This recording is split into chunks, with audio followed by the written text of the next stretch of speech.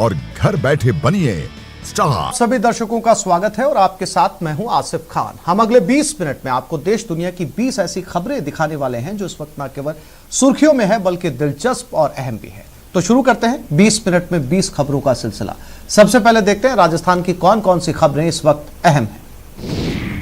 जिस शख्स पर दनादन थप्पड़, चप्पल और घूंसे बरस रहे हैं वो एक कॉलेज के लेक्चरर हैं और अपनी दरियादिली की वजह से लुटेरों के हत्थे चढ़ गए हैं। इस वीडियो को लेकर कहा जा रहा है कि ये वीडियो 5 जून का है। दरअसल पीड़ित लेक्चरर जो बड़ा गांव के गोमती कॉलेज में पढ़ाते हैं वो अपने गांव बंडावरा से बाइक से चिड़ावा आए थे। लौटते समय 2 लोगों ने उनसे लिफ्ट मांगी। लेक्चरर साहब ने दरियादिली में दोनों को लिफ्ट दे दी। उन्होंने सुनसान जगह देखकर बाइक रुकवा ली और फिर लेक्चरर की पिटाई शुरू कर दी। जी भर पीटने के बाद आरोपी उनसे 4,500 रुपए छीन ले गए। इस मारपीट का आरोपियों ने वीडियो भी बना लिया और फिर उसे वायरल भी कर दिया। लूटपाट की रिपोर्ट ठिकाने और वीडियो वायरल होने के बाद पुलिस हरकत में आई। दोनों आरोपियों को गिरफ्तार कर लिया। खास बात यह है कि गिरफ्तार आरोपी में से एक सरकारी कर्मचारी भी है। मोटरसाइकिल सवार से मारपीट कर रुपए छीनने बाबत मामला संज्ञान में आने पर सुल्ताना पुलिस द्वारा अपराधियों की धरपकड़ की जा रही है। आज देर शाम 2 अपराधियों को गिरफ्तार कर उनसे पूछताछ की जा रही है। वह रुपए की बरामदगी के प्रयास किए जा रहे हैं। करौली के जिला चिकित्सालय से हंगामे की खबर आई है। जिला अस्पताल के नर्सिंग कर्मियों ने यहां भर्ती मरीज के परिजनों पर मारपीट का आरोप लगाया है और अपनी सुरक्षा के लिए काम छोड़कर प्रदर्शन करने लगे। बताया जा रहा है कि सुबह मेल वार्ड में तैनात कर्मचारी टॉयलेट गया था। इसी दौरान करसाई गांव से कुछ लोग एक मरीज को लेकर आए। उन्होंने जब मेल वार्ड में तैनात कर्मचारी को मौके पर नहीं देखा तो हंगामा शुरू कर दिया। हालांकि कुछ ही देर में करसाई गांव से आए मरीज का इलाज शुरू कर दिया गया था, लेकिन उसके परिजनों ने हंगामा जारी रखा और इसी दौरान कथित तौर पर उन्होंने नर्सिंग कर्मी और सफाई कर्मी के साथ मारपीट भी की। इस मारपीट से नाराज होकर अस्पताल के कर्मचारियों ने कार्य बहिष्कार कर दिया और गेट पर आकर अपनी सुरक्षा की मांग करने लगे। नर्सिंग कर्मियों की मांग पर पुलिस ने इस मामले में कार्रवाई शुरू कर दी है। हालांकि नर्सिंग कर्मी पुलिस वालों पर भी आरोप लगा रहे हैं कि अस्पताल में जिन पुलिस वालों की ड्यूटी लगा दी गई थी वो भी अपनी जगह से गायब थे। अजमेर के दरगाह थाना इलाके से एक चौंकाने वाली खबर आई है। यहाँ एक गेस्ट हाउस से पुलिस ने 16 ऐसे लोगों को पकड़ा है जो बाहर से यहाँ बिना RT-PCR के आए थे और एक गेस्ट हाउस में रह रहे थे। सोमवार की शाम मुखबिर से मिली सूचना के बाद पुलिस ने जब नफीस चिश्ती गेस्ट हाउस में दबिश दी तो केरल के 16 ऐसे लोग मिले जिनके पास से कोरोना संक्रमित नहीं होने की रिपोर्ट नहीं थी, जबकि नियम के मुताबिक केरल से आने वाले लोगों के लिए ये रिपोर्ट बेहद जरूरी है और इस रिपोर्ट के मुताबिक ना तो राज्य में इनकी एंट्री हो सकती है और न किसी गेस्ट हाउस का दरवाजा इनके लिए खुल सकता है। पुलिस ने इस गैर जिम्मेदाराना रवैये को लेकर नफीस चिश्ती गेस्ट हाउस के संचालक के खिलाफ कार्रवाई शुरू कर दी है। साथ ही सभी 16 लोगों को कोविड सेंटर भेज दिया गया है। आपको ये बता दें कि कोरोना संक्रमण के चलते लागू लॉकडाउन में सभी धार्मिक स्थल बंद हैं और ख्वाजा गरीब नवाज की दरगाह भी पिछले 1.5 महीने से बंद है। मेरे द्वारा अचानक चेक किया गया तो रजिस्टर में 16 आदमियों की एंट्री मिली जो केरल राज्य से आए हुए थे, बिना RT-PCR टेस्ट के पाए गए, जिनको उच्च अधिकारियों के निर्देशानुसार कोविड सेंटर रवाना कर रहा हूँ और जो विधि अनुसार जो कार्रवाई है गेस्ट हाउस संचालक के खिलाफ वो अमल में लाई। अलवर पुलिस की गिरफ्त में बैठा ये शख्स और इसके पीछे रखी शराब की ये पेटियां बहुत कुछ कहती हैं। अलवर पुलिस ने फिरोज खान को इस ट्रक में अवैध तरीके से 343 पेटी शराब ले जाते वक्त पकड़ा है।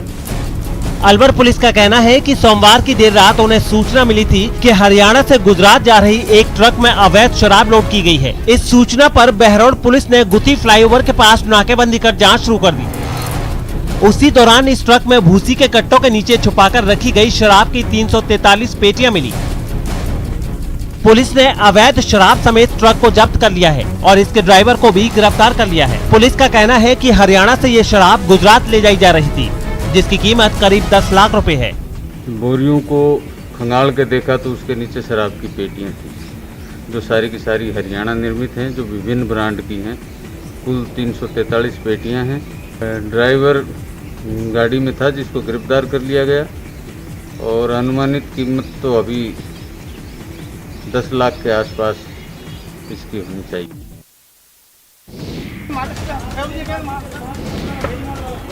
बाड़मेर के बालातोरा से एक हैरान कर देने वाला वीडियो सामने आया है।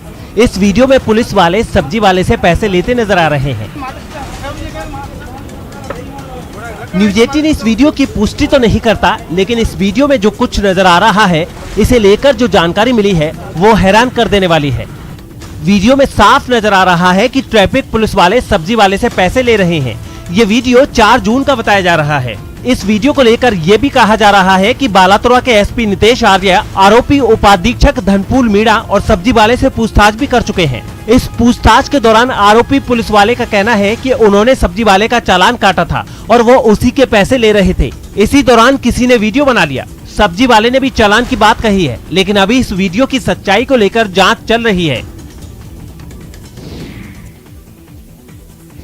राजस्थान में कोरोना संक्रमण के मामले कम होते ही अशोक गहलोत की सरकार एक्शन में दिख रही है और इसी एक्शन के तहत सोमवार देर रात कई जिलों के एसपी समेत कई आईपीएस अधिकारियों का तबादला कर दिया गया। खास बात यह है कि सरकार ने जिन 15 आईपीएस अधिकारियों को इधर से उधर किया है, उनमें ज्यादातर विवादित और बड़े नाम हैं। तबादलों की लिस्ट में शराब तस्करी के मामले में विवादों में घिरे सिरोही जिले के एसपी हिम्मत अभिलाषा टांक भी हैं। ड्रग्स और माफियाओं को लेकर स्थानीय नेताओं से टकराव की वजह से विवादों में घिरी नागौर की एसपी श्वेता धनखड़ का भी तबादला कर दिया गया है। नौकरी में रहते हुए 2 शादियों के मामले में बर्खास्त किए गए तेज तर्रार आईपीएस अधिकारी पंकज चौधरी भी सुप्रीम कोर्ट से मुकदमा जीतने के बाद पोस्टिंग पा गए हैं। हालांकि इन्हें अभी स्टेट डिजास्टर रिस्पांस में लगाया गया है। राजस्थान सरकार ने नागौर, सिरोही के अलावा प्रतापगढ़, चित्तौड़गढ़, राजसमंद, सवाई माधोपुर और जयपुर में भी एसपी के तबादले किए हैं। माना जा रहा है कि आईपीएस अधिकारियों के तबादले की एक और लिस्ट जल्दी ही आ सकती है। पीएम मोदी ने सभी राज्यों को 18+ वालों के लिए कोरोना का मुफ्त टीका देने का ऐलान कर दिया है। उनके इस फैसले से अकेले राजस्थान के ही करीब 3000 करोड़ रुपए बच जाएंगे। सोमवार शाम राष्ट्र के नाम संबोधन में पीएम नरेंद्र मोदी ने बताया कि अब राज्यों को वैक्सीन खरीदने की जरूरत नहीं है। केंद्र सरकार ही वैक्सीन खरीदकर मांग और जरूरत के मुताबिक राज्यों को मुफ्त देगी। इसमें 18 से 44 वर्ष के लोग भी शामिल होंगे। ये व्यवस्था 21 जून को अंतर्राष्ट्रीय योग दिवस से शुरू होगी। केंद्र खुले बाजार से 75% वैक्सीन खरीदेगा, जबकि 25% वैक्सीन निजी अस्पताल खरीद सकेंगे। हालांकि निजी अस्पताल टीका लगवाने वालों से वैक्सीन की कीमत के ऊपर सिर्फ 150 रुपए का सर्विस चार्ज ही ले पाएंगे। इसके साथ ही प्रधानमंत्री ने घोषणा की कि 80 करोड़ लोगों को मुफ्त राशन देने के लिए पिछले वर्ष लॉकडाउन के दौरान शुरू की गई गरीब कल्याण अन्न योजना को नवंबर 2021 यानी दीपावली तक जारी रखा जाएगा। बता दें कि राजस्थान सरकार 18+ वालों को टीका लगवाने के लिए कोविशील्ड निर्माता कंपनी सीरम और कोवैक्सीन निर्माता कंपनी भारत बायोटेक को कुल 101 करोड़ रुपए 48,15,000 रुपए की वैक्सीन का ऑर्डर दे चुकी है। इसमें से अब तक 57.67 करोड़ रुपए में 17,87,000 टीके मिल चुके हैं। शेष बचे 42 करोड़ 33,65,110 रुपए के 12,66,000 टीके 9 जून और उसके बाद देने का वादा किया गया है। इसे लेकर चिकित्सा मंत्री रघु शर्मा ने कहा है कि केंद्र सरकार तो 21 जून के बाद फ्री वैक्सीनेशन का कह रही है, तब तक बहुत देर हो चुकी होगी। ऐसे में कंपनियों से 42.33 करोड़ रुपए बकाया राशि की भी वैक्सीन मंगवाएंगे। पैसे वापस नहीं लेंगे ताकि 21 जून तक लगातार सघन टीकाकरण अभियान चल सके। राजस्थान सरकार ने सीरम को 76.58 करोड़ रुपए और बायोटेक को कुल 24.89 करोड़ रुपए का ऑर्डर दिया है। मरूधरा में अनलॉक का दूसरा फेज शुरू हो गया है। गृह विभाग ने सोमवार की शाम अनलॉक 2 की गाइडलाइंस जारी कर दी थी, जिसके बाद से आप बाजार शाम 4 बजे तक खुल सकेंगे। साथ ही लॉकडाउन में भी 12 घंटे की छूट दी गई है, यानी अब डेली कर्फ्यू का समय बढ़ाकर दोपहर 12 बजे की जगह शाम 5 बजे कर दिया गया है। नई गाइडलाइंस के मुताबिक निजी वाहनों से सुबह 5 बजे से शाम 5 बजे तक प्रदेश भर में आने जाने की छूट दी गई है। साथ ही अब वीकेंड कर्फ्यू 2 दिन शनिवार और रविवार का ही होगा, जबकि सोमवार को भी बाजार खोलेंगे। प्रदेश में 10 मई से बंद पब्लिक ट्रांसपोर्ट भी शुरू हो जाएगा। नई गाइडलाइन में पब्लिक और प्राइवेट ट्रांसपोर्ट को चलाने और एक जिले से दूसरे जिले में आवागमन की छूट के अलावा बाकी पुरानी पाबंदियां जारी रखी गई हैं। इसके अलावा नई गाइडलाइन में सुबह 5 से 8 बजे तक पब्लिक गार्डन में भी घूमने की अनुमति दे दी गई है। हालांकि शादी समारोह पर 30 जून तक पहले की तरह पाबंदी जारी रहेगी, यानी केवल 11 लोग घर पर ही शादी में शामिल हो सकेंगे। शादी में किसी तरह के समारोह, बारात, भोज की अनुमति नहीं होगी। बाजारों की बात करें तो ऐसे बाजार जहां केवल बड़े बड़े कॉम्प्लेक्स हैं और सेंट्रल एसी वाले नहीं हैं, उन्हें खोलने की अनुमति होगी। नॉन एसी कॉम्प्लेक्स में दुकानें एक फ्लोर छोड़कर खुलेंगी। निजी और सरकारी स्कूलों में 50% कर्मचारी आ सकेंगे, लेकिन स्टूडेंट के आने पर अब भी पाबंदी है।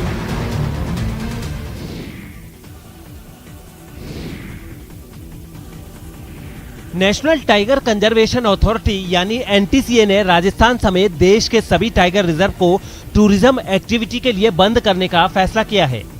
एनटीसीए ने सभी टाइगर रिजर्व को एक खत लिखा है, जिसमें अगले आदेश तक रिजर्व को बंद रखने और सभी टूरिज्म एक्टिविटी रोकने की बात कही है। दरअसल एनटीसी को ये कदम चेन्नई वेंडालूर चिड़ियाघर में एक शेरनी की कोरोना संक्रमण से संभावित मौत की वजह से उठाना पड़ा है। एनटीसीए ने इस घटना का जिक्र करते हुए लिखा है कि इंसानों से जानवरों में संक्रमण फैलने से रोकने के लिए ये कदम उठाना होगा। आपको बता दें कि वेंडालूर के अरिगनार अन्ना जूलॉजिकल पार्क में संक्रमण से 9 साल की शेरनी नीला की 3 जून को शाम करीब 6:15 बजे मृत्यु हो गई थी। नीला सिम्टोमेटिक थी। इसके अलावा यहाँ 11 में से 9 शेरों की रिपोर्ट भी पॉजिटिव आई है। इससे पहले हैदराबाद के नेहरू जूलॉजिकल पार्क के 8 शेर कोरोना पॉजिटिव आए थे और फिर जयपुर चिड़ियाघर के बब्बर शेर त्रिपुर की कोरोना रिपोर्ट पॉजिटिव आई थी। इसके अलावा इसी चिड़ियाघर में एक सफेद बाघ और एक अन्य शेर को भी कोरोना संदिग्ध पाया गया था। ये तीनों शेर पिछले लंबे वक्त से जयपुर दिल्ली हाईवे पर नाहरगढ़ बायोलॉजिकल पार्क स्थित लॉयन सफारी में रह रहे हैं। इन दिनों चित्तौड़गढ़ में बहने वाली गंभीरी नदी की सफाई का काम जोर शोर से चल रहा है। नदी की तलहटी में जमे गाद को हटाया जा रहा है।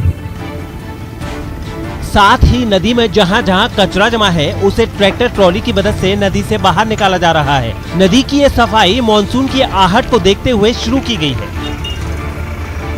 दरअसल गंभीरी नदी में जमा गाद की वजह से जोरदार बारिश के समय नदी का पानी बाहर निकलकर शहर में घुसने लगता है, जिसकी वजह से लोगों को बड़ी परेशानी का सामना करना पड़ता है। इस बार ऐसा ना हो, इसके लिए जिला प्रशासन ने नदी से गाद और कचरा हटाने का काम पहले ही शुरू कर दिया है, ताकि बारिश के वक्त पानी के बहाव और बाहर निकलने में कोई बाधा न आए। तो काफ़ी वर्षों से वहाँ पे सफाई नहीं हुई और बरसात के बाद में जो पानी भरा रहता है उसमें जो पुरानी गंदगी से उससे बहुत न्यूसेंस क्रिएट होता है, बहुत सड़ान मारता है। तो इस बार प्रशासन के सहयोग से उसके जो पुराना जो मलबा जमा हुआ उसकी सफाई की व्यवस्था की जा रही है। 20 मिनट 20 खबरों में अब देख लेते हैं कुछ दूसरे राज्यों की महत्वपूर्ण खबरें। पुणे की मुलसीम एमआईडीसी इलाके की एक केमिकल फैक्ट्री में आग लगने से 15 महिलाओं समेत 17 लोगों की मौत हो गई है। ये आग सोमवार की शाम करीब 5 बजे लगी थी। जिस वक्त ये आग लगी उस वक्त फैक्ट्री में 37 मजदूर काम कर रहे थे। इनमें से 20 को सुरक्षित निकाल दिया गया, लेकिन 17 लोग आग की चपेट में आ गए। पुणे की इस केमिकल फैक्ट्री में आग बुझाने के लिए दमकल विभाग की 8 गाड़ियां मौके पर पहुंची थी, लेकिन फैक्ट्री में लगी आग इतनी भीषण थी कि आग बुझाने के लिए फैक्ट्री के एक हिस्से को जेसीबी मशीन से गिराकर उसमें भरे धुएं को निकाला गया। फैक्ट्री में धुआं भरने के कारण रेस्क्यू ऑपरेशन में काफी दिक्कतें आई। बताया जा रहा है कि SBS नामक इस केमिकल फैक्ट्री में क्लोरीन डाइऑक्साइड बनाया जाता है। फैक्ट्री से पुणे नगर निगम को क्लोरीन की सप्लाई भी की जाती थी। हादसे के बाद कंपनी का मालिक भी फरार है। इस हादसे पर प्रधानमंत्री नरेंद्र मोदी ने दुख जताया है। साथ ही उन्होंने मृतकों के परिवार वालों को 2-2 लाख रुपए मुआवजे और घायलों के लिए 50-50 हजार रुपए मुआवजे की घोषणा की है। साथ ही महाराष्ट्र सरकार की ओर से डिप्टी सीएम अजीत पवार ने मृतकों के परिजनों को 5-5 लाख रुपए और घायलों को 50,000 रुपए मुआवजा देने की जानकारी दी है। उत्तर प्रदेश के मुजफ्फरनगर से डरा देने वाली तस्वीरें सामने आई। वहां टायर से तेल निकालने वाली एक फैक्ट्री में आग लग जाने से हड़कंप मच गया।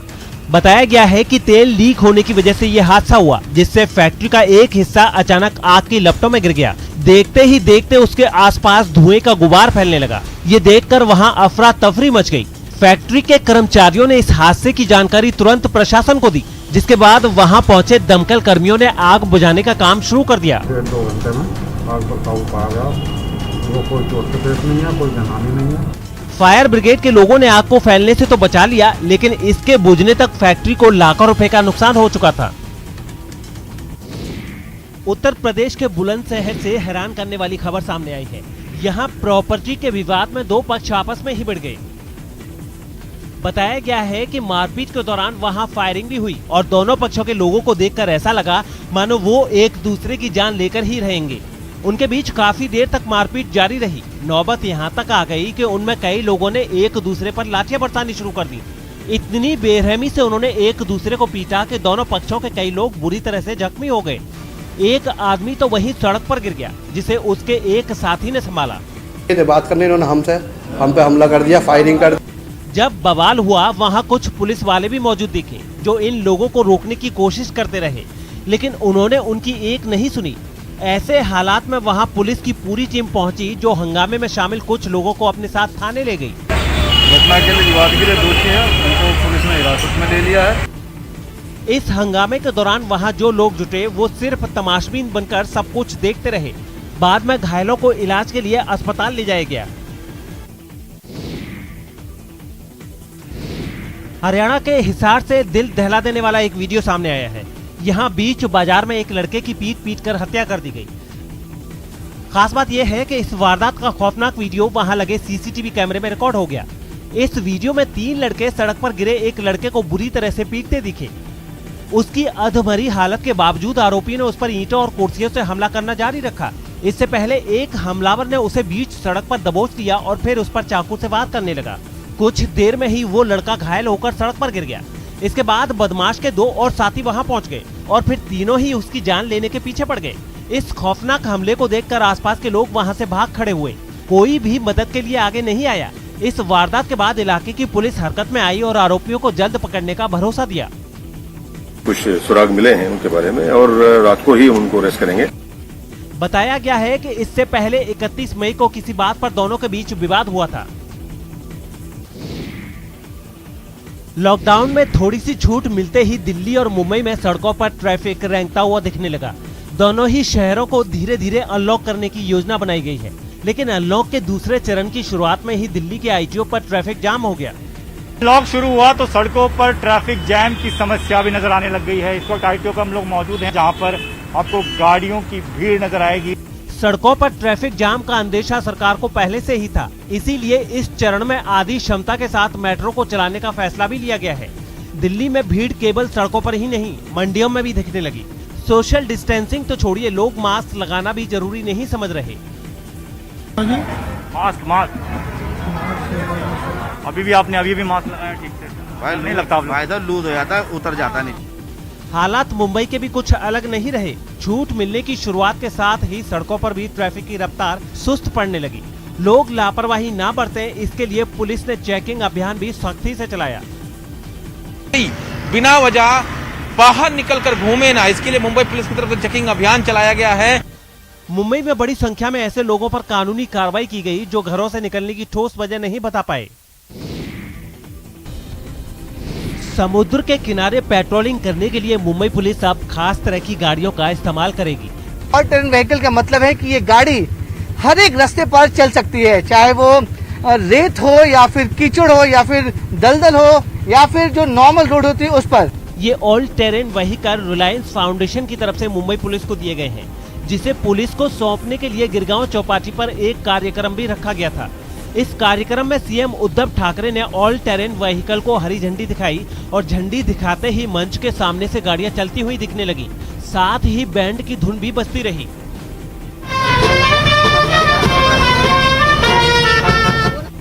रिलायंस फाउंडेशन ने ऐसी 10 गाड़ियां मुंबई पुलिस को दी हैं, ताकि समुद्र के किनारों पर पुलिस को गश्त करने में परेशानी न हो। लो गियर पे है। अच्छा, लो गियर पे कितने गियर है? कितने? 2 ही गियर है, लो और हाई। अच्छा, लो में कितना स्पीड जाएगा? लो में भी इतना ही, लो में भी आपका 70-80 तक जाता है। और हाई में कितना स्पीड? हाई में 120 तक जाता है। मुंबई पुलिस को सौंपी गई ये गाड़ी बेहद हल्की है, लेकिन दौड़ने में बेजोड़ है। गाड़ी में केवल 2 गियर हैं, जो स्टीयरिंग के बिल्कुल पास दिए गए हैं। मुंबई पुलिस के जवानों को ये गाड़ियां चलाने के लिए खास ट्रेनिंग भी दी जा चुकी है। मुंबई में अलग अलग बीच पर अक्सर लोगों की भारी भीड़ जमा होती है। खास तौर पर गणेश विसर्जन जैसे मौकों पर तो हुजूम बेकाबू होने लगता है, लेकिन इन गाड़ियों की मदद से पुलिस वाले पल भर में ही एक कोने से दूसरे कोने तक पहुंच जाएंगे। अनलॉक की प्रक्रिया शुरू होते ही जम्मू नगर निगम ने शहर को सैनिटाइज करने के लिए एक खास अभियान की शुरुआत कर दी। जम्मू में कोरोना मरीजों की संख्या में कमी आने के बाद वहां बाजार खुल गए और पहले के मुकाबले सड़कों पर भीड़ भी बढ़ गई। इस भीड़ की वजह से महामारी के फिर पैर पसारने का खतरा बढ़ गया है। ऐसे में जम्मू नगर निगम ने शहर के हर इलाके में साफ सफाई रखने के लिए अपने कर्मचारियों की मदद ली। वहां के एक इलाके में जम्मू नगर निगम की कमिश्नर खुद पहुंची और कुछ अधिकारियों की मौजूदगी में सड़कों से लेकर दुकानों के शटर और उस इलाके के कोने कोने में केमिकल का छिड़काव किया गया। मार्केट्स खुल रहे हैं, काफी जो कई जगह गंदगी है उसको हम एक ड्राइव के तौर पर उसको साफ कर रहे हैं। जम्मू नगर निगम की इस पहल की तारीफ करने से लोग भी खुद को रोक नहीं पाए। म्युनिसिपल कॉर्पोरेशन एक ऐसा डिपार्टमेंट है जो लोगों को हमेशा स्वस्थ और स्वच्छ रखता है। इस अभियान के तहत कर्मचारियों ने सड़कों पर झाड़ू लगाई, खुदाई करने वाली एक मशीन की मदद से सड़क किनारे बनी नालियों की सफाई की और वो लोग जगह जगह फैले कचरे को समेटकर अपने साथ भी ले गए। और अब देख लेते हैं अंतर्राष्ट्रीय जगत की कुछ महत्वपूर्ण खबरें। इजराइल और फिलिस्तीन के बीच चल रहे तनातनी के बीच यरूशलेम में 23 साल की एक लड़की की गिरफ्तारी पर पुलिस स्टेशन ही जंग का मैदान बन गया। असल में पूर्वी यरूशलेम के एक छोटे से इलाके से शेख जर्राह में सालों से बसे फिलिस्तीनियों को खदेड़कर वहां इजराइल के लोगों को बसाने की कोशिश की जा रही है। इसी के विरोध में गिरफ्तार की गई लड़की वहां महीनों से हो रहे प्रदर्शनों की अगुवाई कर रही है। ऐसे में जब प्रदर्शन का नेतृत्व कर रही लड़की को पुलिस पकड़कर ले गई तो प्रदर्शनकारियों ने पुलिस स्टेशन पर ही धावा बोल दिया। सामने आई एक तस्वीर में एक प्रदर्शनकारी तो पुलिस वाले से हाथापाई करने के मूड में दिखा। बवाल बढ़ा तो इजराइल की पुलिस ने भी प्रदर्शनकारियों को पस्त करने के लिए बाजुएं चढ़ा ली। पुलिस ने धुआं और तेज आवाज करने वाले इतने हथगोले फेंके कि वहां सब कुछ धुंधला नजर आने लगा। ऊपर से हथगोलों के विस्फोट की कान फाड़ आवाज सुनकर तो पूरा इलाका ऐसा दहला जैसे वहां बम ब्लास्ट हुआ हो। जिस लड़की की गिरफ्तारी पर यरूशलेम में दिन दहाड़े बीच सड़क पर इतना उत्पात मचा, उसे तो छोड़ दिया गया, लेकिन इस घटना को कवर करने पहुंचे कुछ पत्रकार जख्मी हो गए।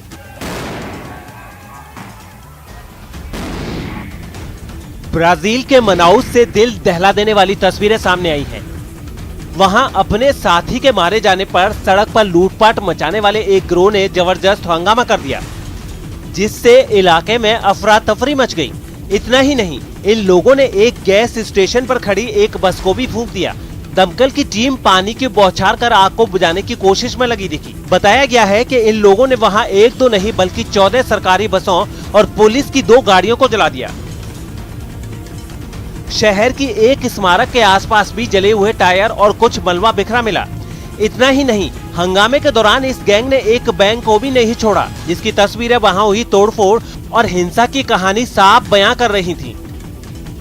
इस हंगामे के बाद पुलिस ने एक संदिग्ध को गिरफ्तार कर लिया और पूरे इलाके की सुरक्षा बढ़ा दी। ब्राजील के रियो डी जेनेरियो से अनोखी तस्वीरें सामने आई हैं। यहाँ लॉकडाउन और भीड़ जुटाने पर लगी पाबंदियों के बीच एक ग्रुप ने चलते फिरते ऑर्केस्ट्रा का इंतजाम कर लोगों का मनोरंजन करने का बिल्कुल अलग तरीका अपनाया है। इसके लिए ये लोग अपने वाद्य यंत्रों के साथ एक खास ट्रक पर सवार हो गए और सड़क पर चलते डबल डेकर ट्रक की छत पर मास्क और सोशल डिस्टेंसिंग के साथ बैठे। ये लोग संगीत के खूबसूरत तराने छेड़ते नजर आए। शहर के कई समंदर तटों से बगल से गुजरता ये ट्रक लोगों के लिए आकर्षण का केंद्र बन गया। लोगों ने इस चलते फिरते ऑर्केस्ट्रा के लिए तालियां भी बजाईं, तो वहीं एक जोड़ा संगीत की धुन में खोकर धीमे धीमे झूमता भी नजर आया। आसपास की रिहायशी इमारतों में भी लोग आवाज सुनकर अपनी अपनी खिड़कियों से झांकते दिखे। इतना ही नहीं, कई लोगों ने तो इस अनोखे ऑर्केस्ट्रा को अपने मोबाइल कैमरे में भी रिकॉर्ड किया।